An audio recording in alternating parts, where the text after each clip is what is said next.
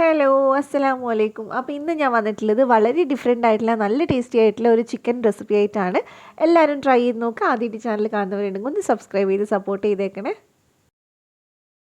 അപ്പോൾ ഇത് ഉണ്ടാക്കാനായിട്ട് ഞാനിവിടെ 1 കിലോ ചിക്കനാണ് എടുത്തിട്ടുള്ളത്. അതിനകത്തോട്ട് 2 സവാള നന്നായിട്ട് അരച്ചെടുത്തത് ചേർത്തിട്ടുണ്ട്. അതിൻ്റെ കൂടെ തന്നെ ഒരു സവാള തിന്നായിട്ട് കട്ട് ചെയ്തതും കൂടെ ചേർത്തിട്ടുണ്ട്. പിന്നെ നമ്മൾ ചേർക്കുന്നത് ഒരു പച്ചമുളകാണ്. അതിൻ്റെ കൂടെ 1 ടേബിൾ സ്പൂൺ തൈര് ചേർക്കുന്നുണ്ട്. പിന്നെ 1 ടേബിൾ സ്പൂണിൻ്റെ അടുത്ത് ഇഞ്ചി വെളുത്തുള്ളി പേസ്റ്റ് ചേർത്തിട്ടുണ്ട്. പിന്നെ നമ്മൾ ചേർത്ത് കൊടുക്കുന്നത് 1 ടീസ്പൂൺ ഗരം മസാലയാണ്. അതിൻ്റെ കൂടെ ഒരു പകുതി നാരങ്ങയുടെ നീരും കൂടെ ചേർത്ത് കൊടുക്കുന്നുണ്ട്. പിന്നെ നമുക്കിതിനകത്തോട്ട് ആവശ്യത്തിനുള്ള ഉപ്പ് ചേർത്ത് കൊടുക്കാം. അതിൻ്റെ കൂടെ തന്നെ ഒരു 1/4 ടീസ്പൂൺ മഞ്ഞൾപ്പൊടി ചേർക്കുന്നുണ്ട്. ഇനി നമുക്കിത് നല്ലപോലെ ഒന്ന് മിക്സ് ചെയ്തെടുക്കാം. വളരെ സിമ്പിളായിട്ട് ചെയ്യുന്ന ഒരു കറിയാണ് കേട്ടോ. ഒരുപാട് സ്റ്റെപ്പൊന്നുമില്ല, ഒറ്റ സ്റ്റെപ്പിൽ തന്നെ നമുക്കിതെല്ലാം ചെയ്തെടുക്കാൻ പറ്റും. അപ്പോൾ നന്നായിട്ട് നമുക്കൊന്ന് മിക്സ് ചെയ്തെടുക്കാം. അപ്പോൾ ഞാനിത് നന്നായിട്ട് ഇതേ മിക്സ് ചെയ്തെടുത്തിട്ടുണ്ട്. ഇനി ഇതൊരു മണിക്കൂർ പറ്റുമെങ്കിൽ ഒന്ന് മാറ്റി വെക്കുക, അല്ലെങ്കിൽ ഒരു കുറഞ്ഞതൊരു അരമണിക്കൂറെങ്കിലും എടുത്ത് വെക്കുക. അതവിടെ റെഡിയാവുന്ന നേരം കൊണ്ട് നമുക്കൊരു മിക്സ് ഉണ്ടാക്കണം. ഞാൻ അതിന് വേണ്ടിയിട്ട് ഒരു 3 പച്ചമുളക് എടുത്തിട്ടുണ്ട്. പിന്നെ അതേപോലെ തന്നെ 1 കപ്പോളം മല്ലിയില എടുത്തിട്ടുണ്ട്. നല്ല ഫ്രഷ് മല്ലിയില നോക്കിയെടുക്കുക. എന്നിട്ട് അതൊന്ന് അരച്ചിട്ട് നമുക്കങ്ങ് മാറ്റി വെക്കാം. പച്ചമുളക് എടുക്കുമ്പോൾ നിങ്ങളുടെ എരിവിനനുസരിച്ച് നോക്കിയിട്ട് എടുക്കുക. അപ്പോൾ ഇനി ഇത് ഉണ്ടാക്കാനായിട്ട് ഞാനിവിടെ ഒരു 3 ടേബിൾ സ്പൂണിൻ്റെ അടുത്ത് സൺഫ്ലവർ ഓയിൽ ഒഴിച്ചിട്ടുണ്ട്. അത്ര വേണ്ടെങ്കിൽ നിങ്ങൾക്ക് കുറക്കാം. പിന്നെ ഞാൻ ഇതിലേക്കൊരു 1/2 ടീസ്പൂണിൻ്റെ അടുത്ത് കടുകും 1 ടീസ്പൂണിൻ്റെ അടുത്ത് ചെറിയ ജീരകവും ചേർത്തിട്ടുണ്ട്. അത് നന്നായിട്ട് നമുക്കൊന്ന് പൊട്ടിച്ചെടുക്കാം. അപ്പോൾ നല്ലപോലെ അതൊന്ന് പൊട്ടി വരുന്ന സമയത്ത് നമുക്ക് ഇതിനകത്തോട്ട് കുറച്ചധികം കറിവേപ്പില ചേർത്ത് കൊടുക്കാം.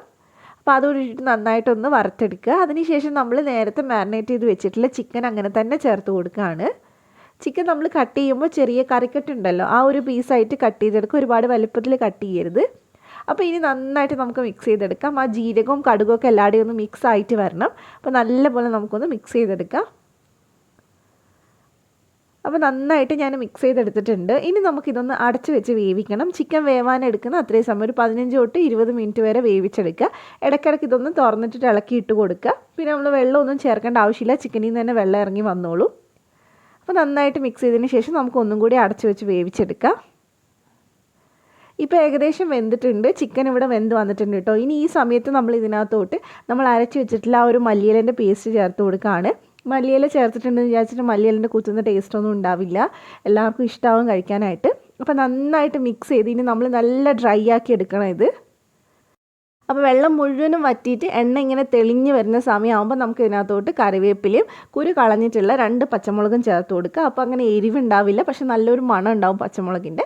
എന്നിട്ട് നന്നായിട്ട് മിക്സ് ചെയ്യുക. ഇപ്പോൾ ഇതിലൊട്ടും തന്നെ ചാറില്ല, അതിങ്ങനെ വറുത്ത മാതിരി നമുക്ക് ചിക്കൻ കിട്ടിയിട്ടുണ്ട്. ഇങ്ങനെ തന്നെ എടുക്കണം, എന്നാലാണ് നല്ല ടേസ്റ്റ് ഉണ്ടാവുക കഴിക്കാനായിട്ട്. എണ്ണയൊക്കെ ഇങ്ങനെ തെളിഞ്ഞ് വരും നമ്മൾ ചേർത്തിട്ടുള്ളത്. അപ്പോൾ ഇത്രയേ ഉള്ളൂ കേട്ടോ. വളരെ സിമ്പിളായിട്ടുള്ള ഒരു കറിയാണ്, എല്ലാവർക്കും ഇഷ്ടമാവും. എന്തായാലും ട്രൈ ചെയ്ത് നോക്കുക. നിങ്ങൾക്ക് റെസിപ്പി ഇഷ്ടമായിട്ടുണ്ടെങ്കിൽ ചാനലൊന്ന് സബ്സ്ക്രൈബ് ചെയ്യുക, ട്രൈ ചെയ്തിട്ട് ഫീഡ്ബാക്ക് പറയാം. അപ്പോൾ നമുക്ക് മറ്റൊരു നല്ല വീഡിയോ ആയിട്ട് വീണ്ടും കാണാം ഇൻഷാ അല്ലാഹ്. Thank you for watching.